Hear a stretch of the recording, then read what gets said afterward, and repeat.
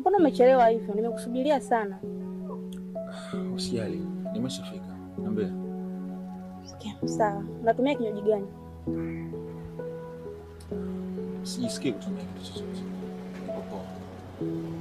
Alaje, katika hii dunia vipo vitu vingi sana vya kufurahisha na vya kuumiza pia, lakini nasikitika sana kuona kitu kinachoumiza kwenye ulimwengu ni mapenzi, hasa pale unapompenda mtu unaye kutokuona hisia zako. Nakuelewa, lakini bado sijatambua pointi yako husika hasa ni nini.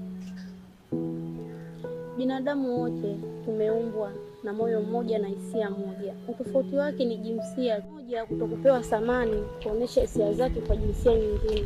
Najua ni ngumu sana kunielewa hiki kitu ninachozungumza hapa.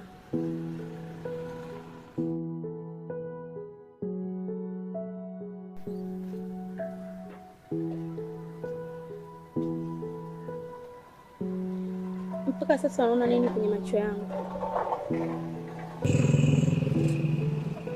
Sijaona chochote.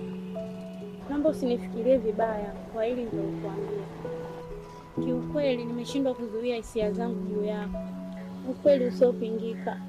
Tena bila kudanganya moyo wangu. Raji, I love you.